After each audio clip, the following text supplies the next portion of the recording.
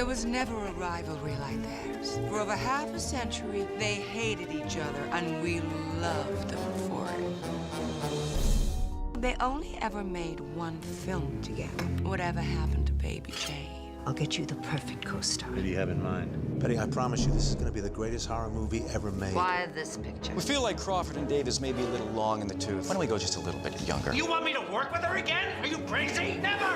Never again! Picture this. The Santa Monica Civic Auditorium, April 8th, 1963.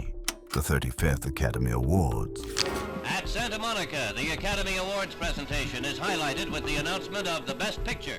The air inside is thick with the scent of perfume, champagne, and raw, palpable tension. Every eye is on one woman, Bette Davis. Nominated for her career-reviving role in Whatever Happened to Baby Jane. The nominees for Best Performance by an Actress are Anne Bancroft in The Miracle Worker, Bette Davis in Whatever Happened to Baby Jane. A win tonight would make her the first actress in history to claim 3 Best Actress Oscars. She sits on the aisle, a lit cigarette in her trembling hand, a portrait of coiled anxiety. But she isn't the only predator in the room. Lurking backstage in a glittering custom-made silver gown is her co-star and mortal enemy, Joan Crawford. Crawford wasn't nominated. She wasn't even a presenter. But she had a plan. Accepting for Anne Bancroft, Miss Joan Crawford. A vicious, meticulously crafted scheme to ensure that even if Bette Davis was the center of attention, she, Joan Crawford, would be the one to have the last laugh on Hollywood's biggest stage. A gasp ripples through the crowd as the presenter opens the envelope. The name is read, and in that single moment, a lifelong war reaches its most spectacular, humiliating, and legendary peak. For nearly half a century, the feud between Bette Davis and Joan Crawford defined Hollywood animosity. It was a rivalry so bitter, so public, and so deeply personal that it has become the gold standard against which all other celebrity conflicts are measured. But the stories you've heard are just the beginning. The whispers of on-set fights and catty remarks don't even scratch the surface of their mutual hatred. Tonight, we're opening the vault. We're revealing the 5 cruelest tricks Bette Davis and Joan Crawford played on each other. These aren't just pranks or disagreements. These were calculated acts of professional sabotage, physical assault, and psychological warfare that nearly destroyed them both. We will uncover the betrayals that drew blood, the onset battles that left real scars, and the ultimate act of public vengeance that cemented their legacy as Hollywood's most savage enemies. To understand this feud, you have to understand the brutal world that created it. This wasn't just a catfight. It was a desperate battle for survival. In the golden age of Hollywood, the studio system was king, and it treated its stars, especially its women, as property. Studio heads like Jack Warner deliberately stoked the flames of rivalry, believing it made for good press and kept their stars in line. By the time Davis and Crawford were in their 50s, they were considered relics in an industry obsessed with youth. They were 2 aging queens fighting for the same dwindling territory, terrified of fading into obscurity. Their feud was a product of that fear, a toxic cocktail of professional jealousy, personal animosity, and the relentless pressure of a system designed to chew women up and spit them out. This is the story of what happens when 2 of the most powerful and ambitious women in Hollywood history are told there's only room for one. Trick number 1, the theft of affection. Every great war has its inciting incident, a single spark that ignites a powder keg. For Bette Davis and Joan Crawford, that spark had a name, Franchot Tone. The year was 1935. Bette Davis, not yet the titan she would become, but already a formidable actress, was starring in the film Dangerous. It was a pivotal role for her, one that would earn her her first Academy Award. Her co-star was the handsome, urbane, and intellectually charming Franchot Tone. And Bette Davis, for the first time in her life, fell hopelessly in love. She was smitten, believing him to be the great love of her life. She would later confess, "I fell in love with Franchot, professionally and privately. Everything about him reflected his elegance, from his name to his manners. There was just one problem. Franchot Tone was already the property of Joan Crawford. At the time, Crawford was the bigger star, a glamorous MGM powerhouse who embodied the very idea of a Hollywood movie queen. She and Tone were Hollywood's newest it couple. Davis, who valued artistry over glamour, saw Crawford as everything she wasn't, a manufactured product of the studio machine. Yet, she believed her connection with Tone was real and that he returned her affections. On the set of Dangerous, she and Tone shared a deep professional respect and a palpable chemistry. Davis felt she was on the verge of winning him over, both as an artistic partner and as a romantic one. She was wrong. Joan Crawford was not a woman to be trifled with, and she had no intention of losing her man to an up-and-coming rival. In what Davis would perceive for the rest of her life as a calculated act of cruelty, Crawford struck. One evening, she invited Davis to her home, a lavish mansion that was the epitome of Hollywood glamour. As Davis sat uncomfortably in the pristine cellophane-covered living room, Crawford paraded a near-naked Franchot Tone in front of her, fresh from a swim in the pool. It was a power move, a territorial display designed to humiliate Davis and show her exactly who was in control. Not long after, in a move that blindsided and devastated Davis, Crawford and Tone announced their marriage. The fallout was immediate and permanent. For Bette Davis, this was not just a romantic disappointment. It was a profound betrayal and a declaration of war. She believed Crawford had stolen Tone from her, not out of love, but out of a cold, ruthless desire to win. This incident hardened her heart against Crawford forever. It cemented her view of Crawford as a predatory, superficial star who used her sexuality to get what she wanted. Crawford, for her part, always maintained an air of nonchalant victory. When asked about it years later, she would dismissively remark that Tone thought Bette was a good actress, but he never thought of her as a woman. For the next 30 years, the wound of Franchot Tone would fester, a poisonous foundation upon which they would build a lifetime of hatred. The battle had begun, but the truly cruel tricks were yet to come. Trick number 2, the onset assault, fast forward to 1962. Bette Davis and Joan Crawford, now in their mid-50s, were considered Hollywood has-beens. Their careers were on life support. Then came a script that seemed tailor-made for their legendary animosity. Whatever happened to Baby Jane? It was a gothic horror story about two aging sisters, a former child star named Jane and her crippled, wheelchair-bound sister Blanche, locked in a decaying mansion and a toxic cycle of abuse. It was a risky, low-budget film that every major studio had passed on. But for Davis and Crawford, it was a lifeline. It was also the perfect battlefield. The setup was simple.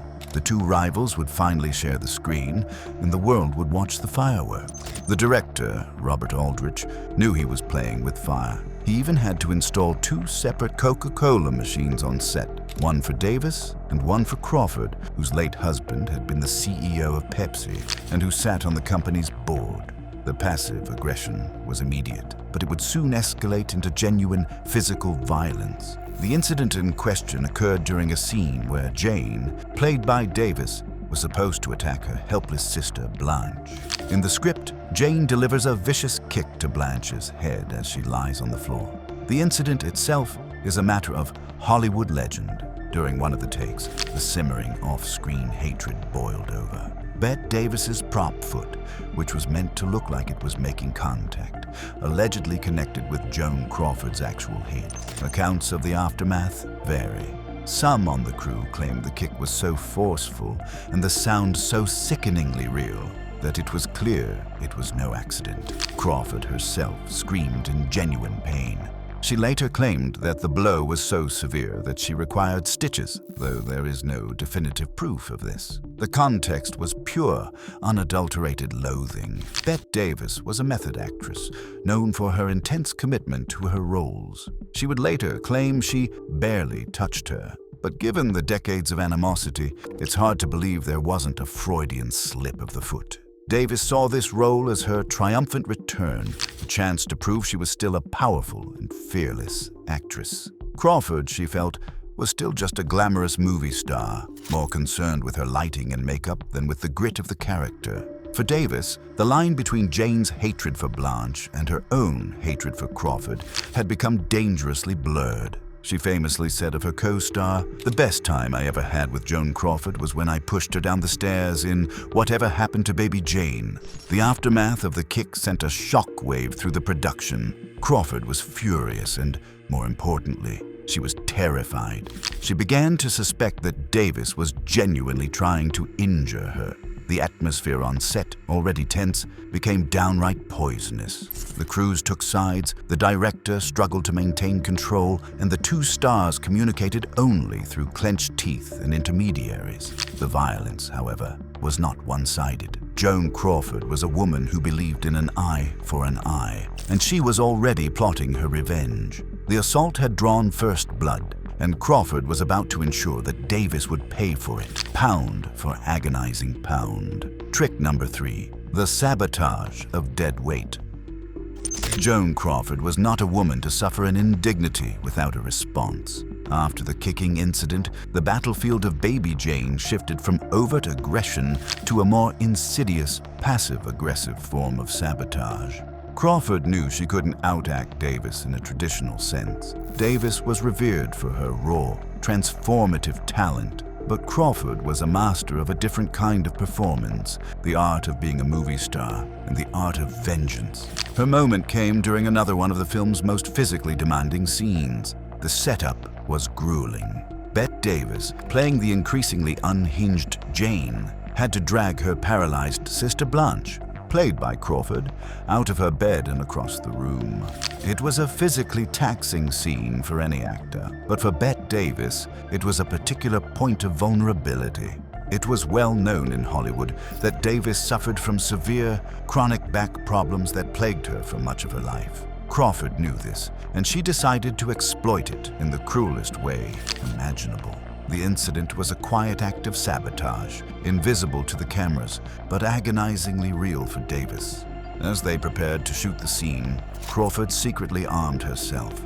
According to multiple on-set accounts, including from Davis herself, Crawford either filled her pockets with rocks or, more likely, strapped a heavy leather weightlifting belt, the kind used by professional bodybuilders, under her dress. She made herself a literal deadweight, transforming her slender frame into an immovable object. The context was pure, cold-blooded revenge. This was Crawford's payback for the kick to the head. It was a calculated move designed to inflict the maximum amount of physical pain on her rival without leaving a visible mark.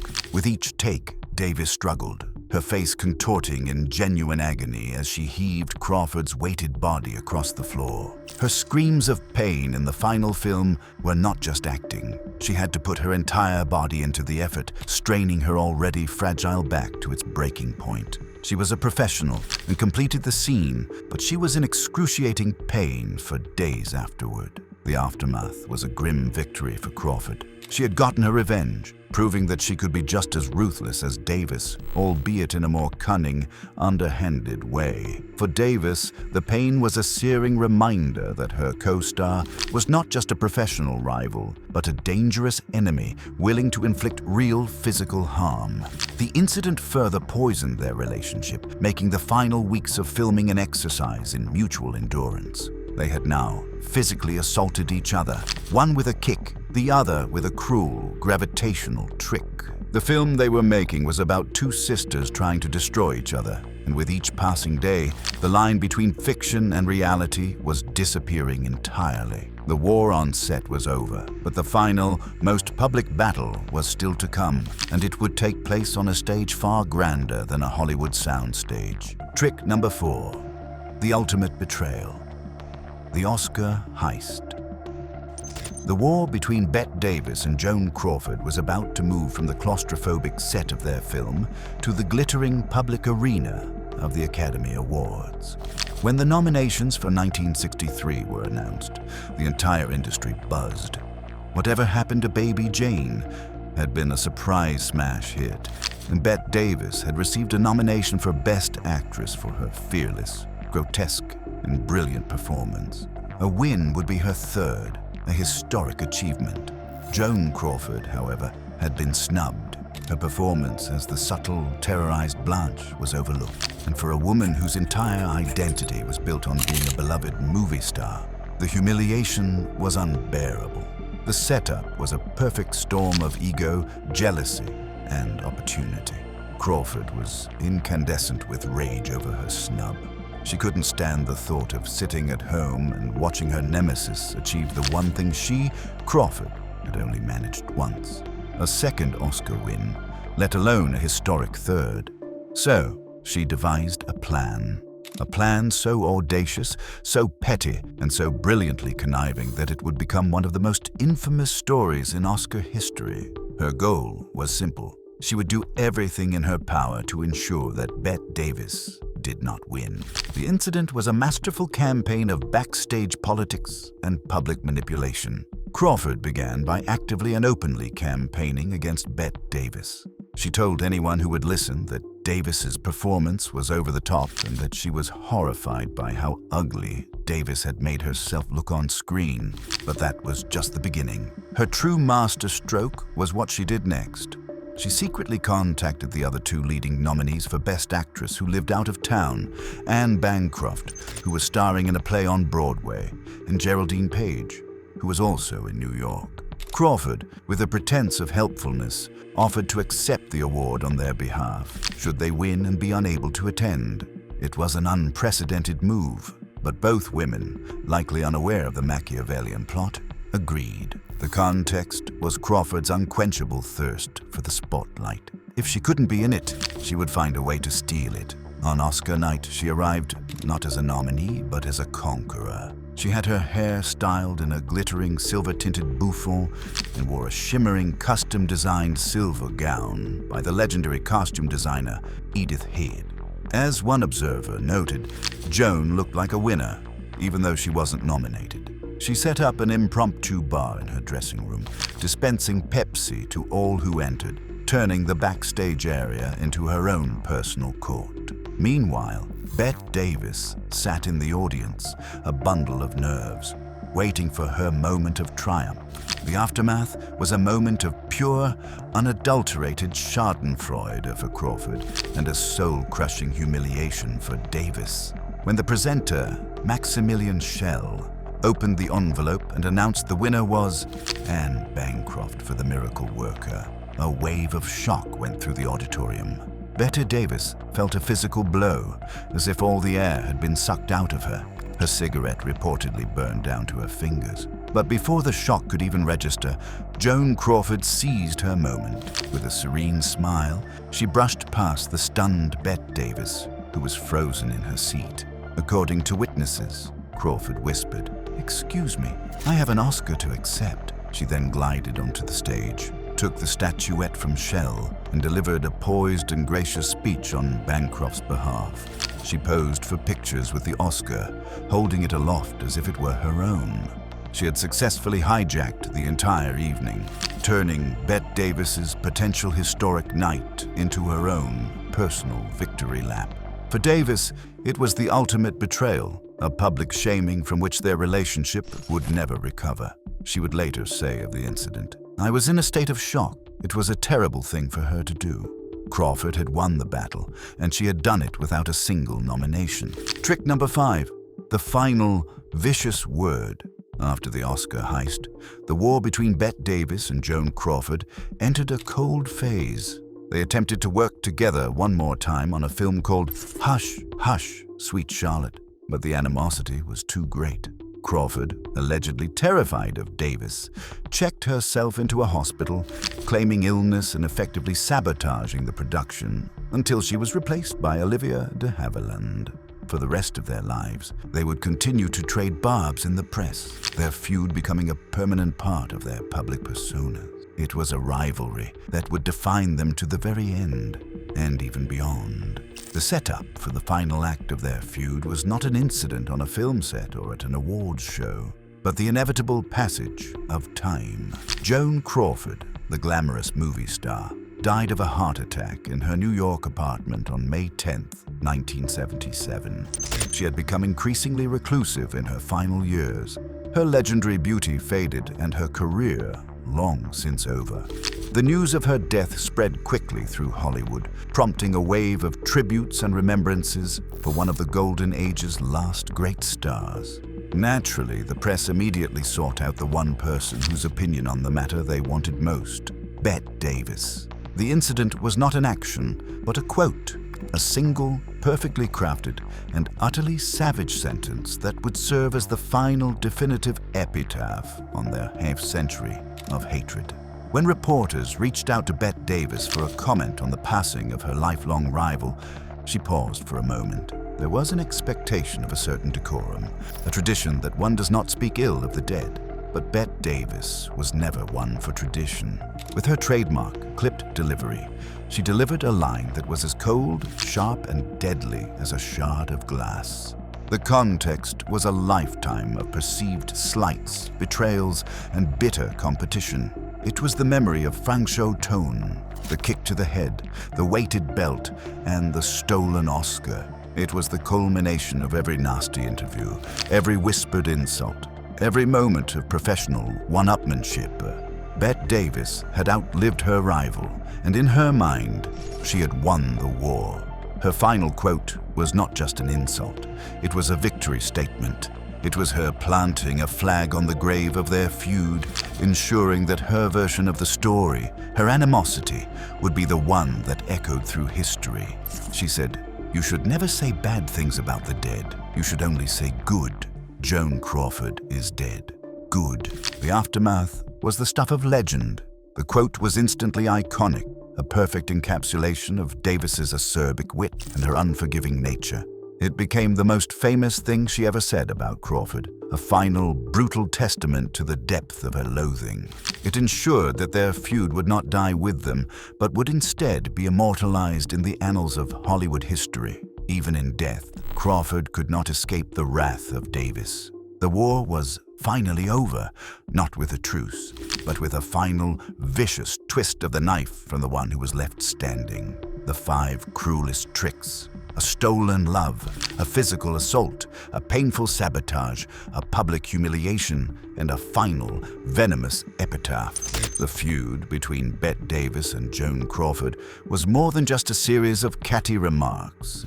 It was a brutal, lifelong war fought in the unforgiving trenches of Hollywood. It was the story of 2 titans, 2 brilliant and ambitious women who were, in many ways, more alike than they would have ever cared to admit. Both were fighters, survivors who clawed their way to the top and refused to surrender their thrones, even when the kingdom was crumbling around them. Their story is a cautionary tale about the corrosive nature of jealousy and the brutal realities of a studio system that often encouraged and profited from such conflicts. They were pitted against each other from the very beginning, and they played the parts the world gave them with a terrifying conviction. In the end, their feud became as much a part of their legacy as any of their legendary performances. They were defined by their talent, but they were immortalized by their hatred for one another. What do you think? After hearing the story, are you on Team Bette or Team Joan? Let us know in the comments below. And if you want to keep unlocking Hollywood's most scandalous and buried secrets, make sure you subscribe to Vintage Vault and ring that notification bell so you never miss a new revelation. Join us next time as we open the vault on one of Hollywood's most enduring and tragic mysteries, the final fateful night of Natalie Wood. 4 people were on that yacht, but only 3 came back alive. We'll investigate the secrets they tried to take to a watery grave. You won't want to miss it.